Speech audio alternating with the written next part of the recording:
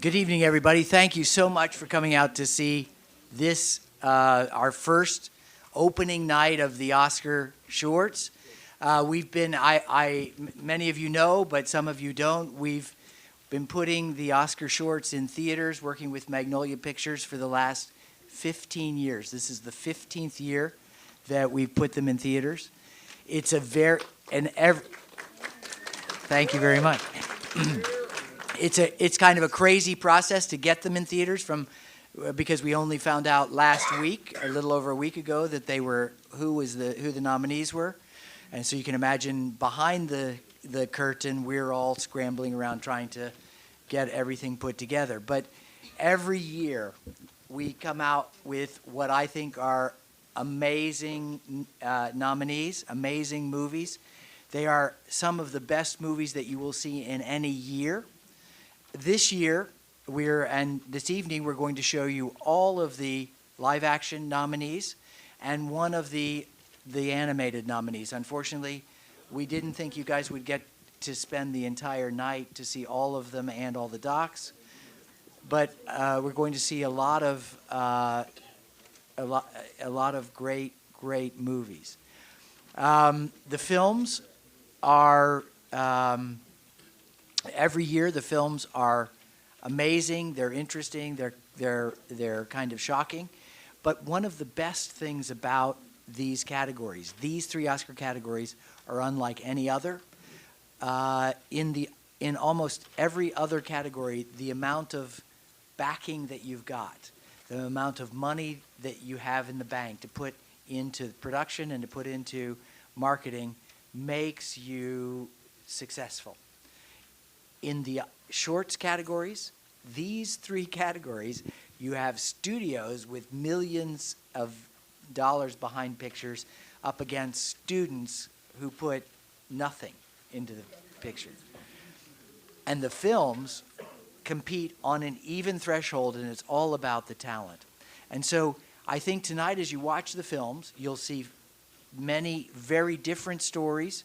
You'll get to hear tonight from filmmakers from all around the globe, people who have made films in all different kinds of circumstances with all different amounts of backing and resources and capabilities, and I think it's quite an exciting thing to hear from them.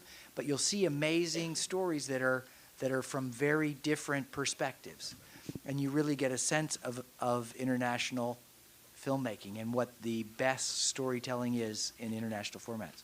So we're very thrilled to be able to start this evening here.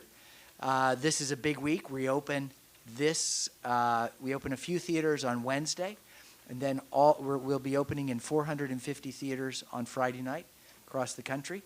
And we're hoping to open in over 700 theaters by the Oscars on the 9th of February. So it's a big couple of weeks, a lot of theaters opening the shorts, more than we've ever had. This will be our biggest opening weekend ever. This will give you a taste, an exciting taste. You're going to see some great movies, and we hope the ones that you don't see, you will beat it to the theaters on Friday and help our box office for the first weekend. We'd love that.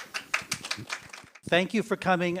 Congratulations on your nominations, but also, congratulations and thank you for making such wonderful, important films. I mean, I think this is an amazing group of filmmakers we have here, and a terrific group of films we just saw. I want to start with origin stories. Tell me what led you to make this film, Siqi. Yeah. I made the film, stop-motion animation film, Sister.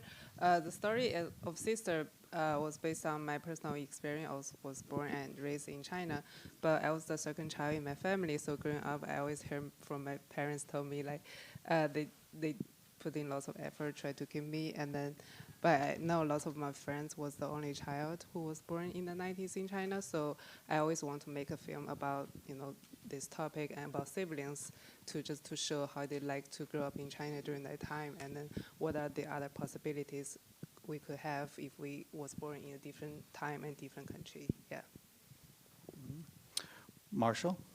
The Neighbor's Window was my film, and it actually was inspired by a story that I heard on a podcast years ago that really moved me. Diane Weipert told a great story on Love and Radio about having some young neighbors move in across the street, and so that was sort of the seed of it. Yves? So I'm the director of NEFTA Football Club. There are many things who inspired this movie. When I was 14 years old, I often snuck out in forbidden places. And with my friend and a short light on. And one day we found out a camping stove and a twisted spoon and 100 of little bag with white powder. Not 100, 1,000 of little bag. And we thought at this time it was probably drugs material. So we take all this loot and on our motorcycle and we dumped it in the river. Yes, it's a real story. Before we go on, there is one thing I have to. The detail of a donkey who's trained to deliver drugs when you play Adele is just so strange. I'm thinking, is there actually a basis for this? It's a real story too. But smuggler use record whistle and not music as presented in the movie. But I found it was very funny to bring this misunderstanding, you know. So, yeah. Delphine? So A Sister was my film, and yeah, a few months ago I came across a recording of a 911 call, and so that was a true event. And in that call, you could hear a woman who pretends to call a sister, but she was actually calling the police. So that was the base for the idea of the film. Yeah. Bryan? Saria is my film. I was sitting in my apartment and my phone went off, and I looked down and there was just one of those little blurps that come up that usually tells us that Trump's doing something horrendous.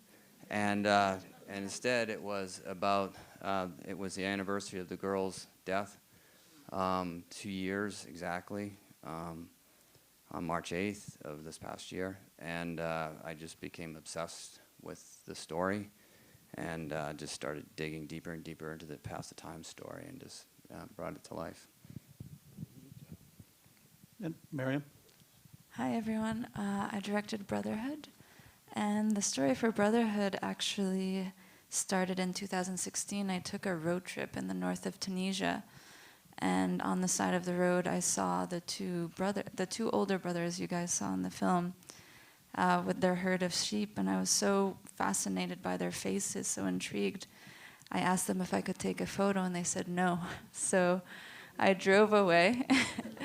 And I obsessed over them for a year and a half, even though it was only a 2-minute encounter. And I also learned that in that region, a lot of men had gone to Syria. So I wrote the script, and I wanted to explore what happens in the return. And a year and a half later, I went looking for the boys because I knew I wanted them to act. And I went from village to village asking strangers if they knew 2 redheaded brothers with sheep. And and thankfully, by the end of the day, we managed to find them. And that's when I was like, they said no to a photo. Will they say yes to a script? But thankfully, they said yes. And I discovered they had a little brother. So obviously, he made it into the film. And that's how the project came about.